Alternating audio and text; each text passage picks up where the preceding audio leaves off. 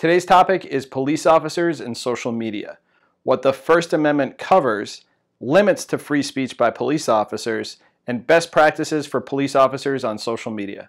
I'm Steve Cerbalic, and I'm a panel attorney with ASCOPS in Arizona. There's an old, famous quote from Justice Oliver Wendell Holmes that said, "There may be a constitutional right to talk politics, but there is no constitutional right to be a policeman." Well, this is no longer the case, as we'll discuss. Police officers do have the First Amendment right to discuss politics and matters of public concern. You might face discipline or even termination based upon your speech if it's not a matter of public concern, even if you're speaking in your private capacity.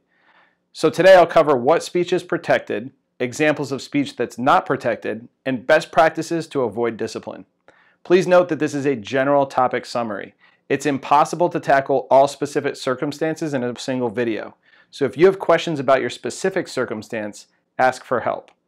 First, it's important to know that the Supreme Court has held that while public employees retain First Amendment rights to express some opinions, public employers also have the right to maintain public confidence by disciplining employees for certain types of speech.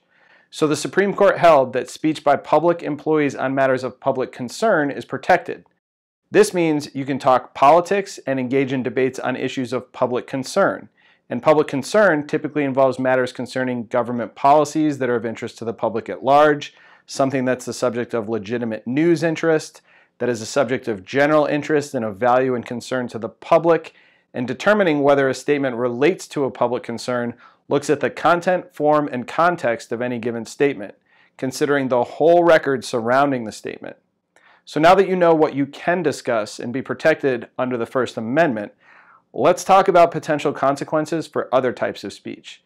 If your speech can be shown to lessen public confidence in your department, for example, if you're filming pornography in a police uniform in your free time, your department can discipline you.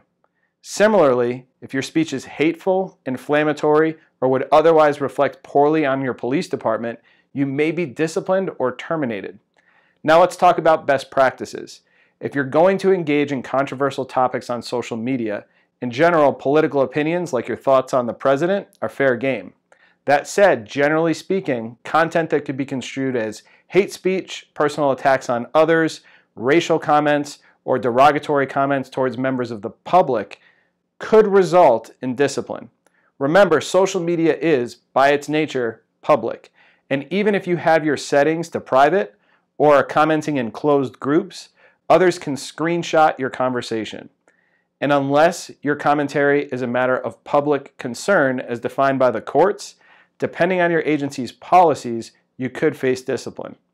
So to recap, although you have a First Amendment right to express your opinion, unless your speech relates to a public concern, if it reflects poorly on your department, you can face discipline. That said, here in Arizona, you must have received notice that your conduct could result in discipline.